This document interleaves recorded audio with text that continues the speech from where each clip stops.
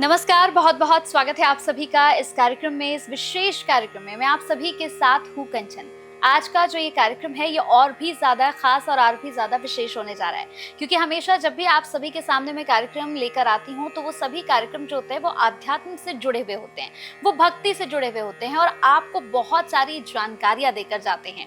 बहुत सारे ऐसे रहस्यमय सवाल मैं अपने कार्यक्रम में पूछती हूँ जिन्हें अक्सर आप नहीं समझ पाते हैं या फिर उन्हीं चीज़ों में कहीं ना कहीं आप गलतियाँ कर देते हैं।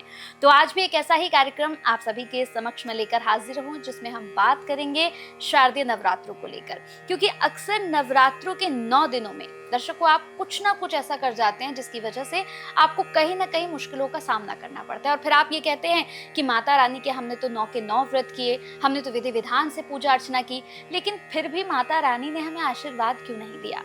अरे भाई, कैसे आशीर्वाद देंगी जब उन 9 दिनों में ही कहीं ना कहीं आप कुछ ना कुछ गलत कर रहे हैं।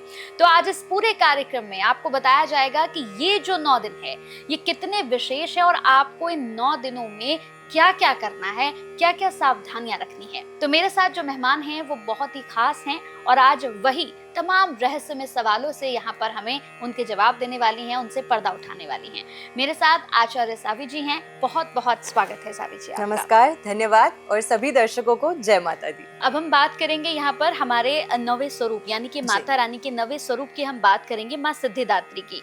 यहाँ मैं आपसे एक और इसमें प्रश्न पूछना चाहूंगी मैम। बहुत सारे लोग क्या करते हैं ना, जैसे हमने कहा कि अष्टमी पे जो है हम कन्या पूजन करते हैं, बहुत से लोग नवमी में भी कन्या पूजन करते हैं, लेकिन जिस दिन माँ सिद्धिदात्री का दिन है उसी दिन कन्या पूजन करके लोगों को लगता है कि बहुत बड़ा काम जो है वो हमने कर दिया है, 9 दिन हमारे गुजर गए हैं, अब हम चलते हैं कहीं बाहर। तो मैं आपसे जानना चाहूंगी कि एक तो माता रानी को हम प्रसन्न कैसे करें, दूसरा इस दिन हमें सावधानियां क्या रखनी है। बिल्कुल, बहुत सुंदर आपने प्रश्न पूछा है, क्योंकि अक्सर मैंने भी ऐसा देखा है और लोगों के मन में ये प्रश्न भी होता है कि मैम हम तो जा रहे हैं, हमने नवरात्रे कर लिए, अब हम घूमने फिरने जा रहे हैं।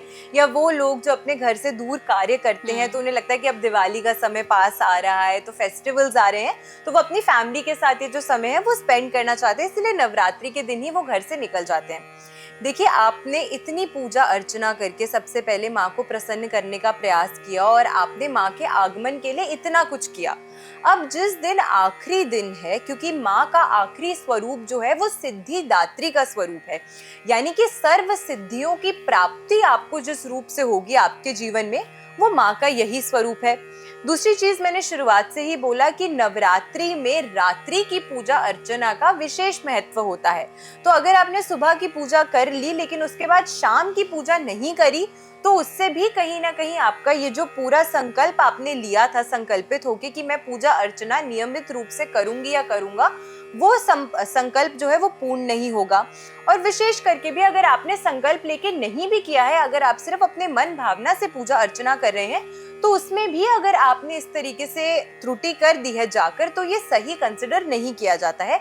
आपको नवमी के दिन जब तक पूरा जो ये 9 दिन का व्रत होता है, ये 9 दिन की जो विधि होती है, पूर्ण तरीके से इसका पारण आप नहीं कर लेते हैं दशमी तिथि पे, विजयदशमी के दिन, उस दिन तक आपको अपने घर को छोड़कर बंद कर कर नहीं जाना चाहिए। क्योंकि लोगों को ये होता है कि हमने खेतरी तो निकाल दिया, यानी कि माता रानी के स्वरूप में तो हम खेतरी को ही पूज रहे थे, तो अब जब उसका विसर्जन हो गया तो हम अपने घर से जा सकते हैं। तो नहीं, ऐसा करने से आपको परहेज करना चाहिए। पूरी नवमी तिथि खत्म होने तक वो नवरात्रि की जो ऊर्जा है वो बरकरार रहती है। तो इसी कारण से आपको नवमी की शाम की भी पूजा अर्चना जो है वो विधि अनुसार ही करनी चाहिए। अपने संकल्प लेके जो आपने पूजा अर्चना का वादा किया था उसका आप नियम अनुसार पारण कर सकें। माँ सिद्धिदात्री की जब हम बात करते हैं तो ये सर्व सिद्धि प्राप्ति की माता रानी मानी जाती है। ये वो स्वरूप है जिन्होंने शिव जी को भी उनकी सिद्धियां दी थी। यानी कि इतना पावरफुल, सबसे पावरफुल रूप जो है, पूर्ण शक्ति का स्वरूप जो है वो माँ सिद्धिदात्री है और ये कमल पे विराजमान होती है। और कमल से आने वाली ऊर्जा, यानी कि आपके जीवन में प्रॉस्पेरिटी लाना, आपके जीवन में वेल्थ लेकर आना, आपके जीवन में खुशियां लेकर आना, अच्छा स्वास्थ्य लेकर आना, सिद्धियां आपको प्रदान करना, और आपके जीवन में अगर किसी भी चीज का अभाव है तो उस अभाव को दूर करके आपके जीवन में अच्छी चीजें जो हैं वो लेकर आती हैं। तो माँ सिद्धिदात्री की स्वरूप की पूजा अर्चना भी आपको जरूर करनी चाहिए। इनको प्रसन्न करने के लिए आपको लाल रंग के वस्त्र जो हैं वो धारण करने चाहिए।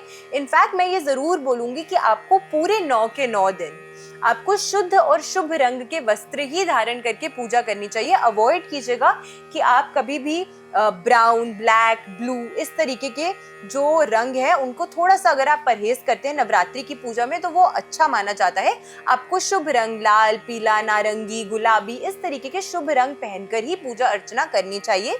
काल रात्रि की पूजा अर्चना के समय क्योंकि माँ को नीला रंग प्रिय होता है तो आप उस दिन नीले रंग के वस्त्र भी धारण कर सकते हैं, या तंत्र साधना अगर आप कर रहे हैं तो उसमें नॉर्मली आप देखेंगे कि लोग डार्क रंग के वस्त्र जो हैं वो धारण करते हैं, लेकिन अन्यथा आपको परहेज करना चाहिए। आपको यही प्रयास करना चाहिए कि आप हमेशा शुभ रंग के वस्त्र धारण करके ही नवरात्रि के समय आप अपने जीवन में आप इस समय के दौरान पूजा करें, ताकि आप अपने जीवन में शुभता और शुद्धता दोनों को ही आकर्षित कर सके। माँ का ये स्वरूप जो है खास करके आपके जीवन से रोग दूर करता है। तो जिनके जीवन में जिनके हेल्थ इश्यूज बहुत प्रोमिनेंट है, स्वास्थ्य अच्छा नहीं रह पाता है, तो माँ सिद्धिदात्री की पूजा अर्चना करने से रोग जो है, भय जो है, वो सभी परेशानियां आपके जीवन से दूर होती हैं। माँ को हलवा और पूड़ी का भोग जो है ये आपको जरूर अर्पित करना चाहिए। इससे माँ अत्यंत प्रसन्न होती हैं और केतु ग्रह की ऊर्जा जो है इसको प्रबल करती है माता रानी। तो केतु एक ऐसा ग्रह है जो आपको आपके जीवन में वो चीजें देखने में मदद करता है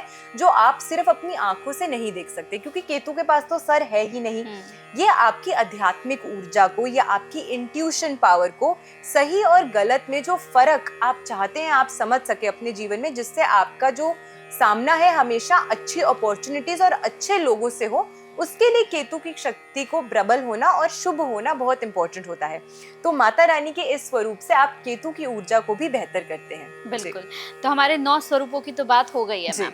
अब मैं चाहती हूँ कि एक और सवाल का आप जवाब दें। जैसे कि हम अगर कन्या पूजन की बात करते हैं तो बहुत सारे लोग ऐसे हैं जो खास तौर से अष्टमी और नवमी में कन्या पूजन करते हैं, लेकिन वो बहुत सारी ऐसी गलतियां कर जाते हैं जो उन्हें नहीं करनी चाहिए। जैसे कि कई बार मैंने देखा है कि वो किसी भी चादर को बिछाकर, किसी भी कपड़े को बिछाकर कन्याओं को बैठा देते हैं। उसके बाद उनका ये रहता है कि बस जल्दी से कन्याएं खाए और जल्दी से ये विदा हो जाए, मतलब उन्हें भेजने की बहुत जल्दी रहती है।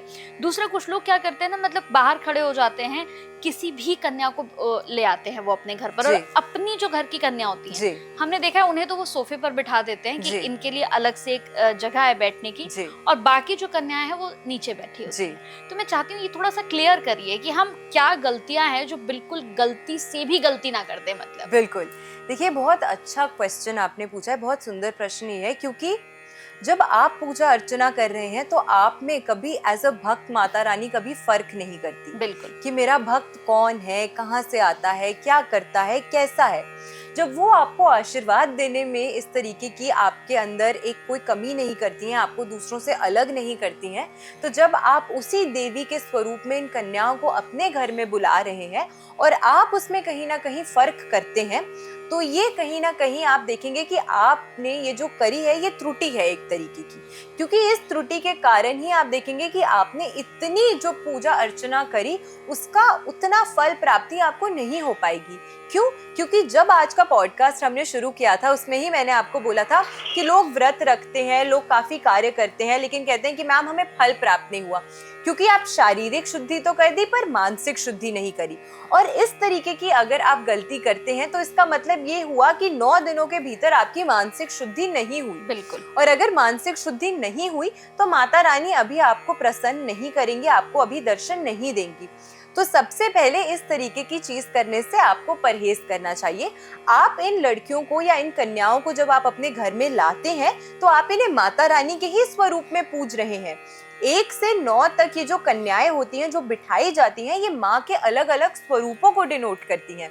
इसी कारण से हम कहते हैं कि माँ की जब आप पूजा अर्चना करते हैं और अंतिम दिन पर जब आप पूरी तरीके से विधि विधान से आप कन्या पूजन करते हैं तो उसमें विशेष करके आपको 9 कन्याओं को बिठाना चाहिए, ये सबसे उत्तम होता है। बट अगर नहीं बिठा सकते किसी कारण से तो फिर 1, 3, 5, 7 की संख्या में भी आप बिठा सकते हैं, लेकिन इसके साथ में आपको एक लड़का जो भकूट रूप होता है यानी कि भैरव के रूप में आता है, एक लड़का भी जरूर आना चाहिए। दूसरी चीज जो हमने देखी है अक्सर ये होता है कि कई बार ऐसा होता है कि कुछ बहुत छोटी कन्याएं होती हैं जो अपने पेरेंट्स के साथ आती हैं, अपनी मदर्स के साथ आती हैं, अपनी माँ के साथ आती हैं, लेकिन आप उनकी माँ को अपने घर के अंदर नहीं आने देते हैं, आप सिर्फ उनके बच्चों को आप बुला लेते हैं। देखिए वो है जो जिनकी पूजा आप कर रहे हैं, उन्होंने उनकी कोख से सृजन लिया है।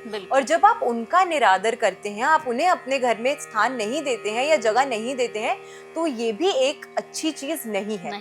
इसीलिए अगर आप बहुत छोटी कन्याएं अपने घर बुला रहे हैं जिनके साथ उनके कोई सहयोगी या उनकी कोई माता आ रही है, तो उनको भी आपको बहुत ही अच्छे से आदर सहित आपको उन्हें भी अपने घर में इस समय पूजा के दौरान स्थान जरूर देना चाहिए।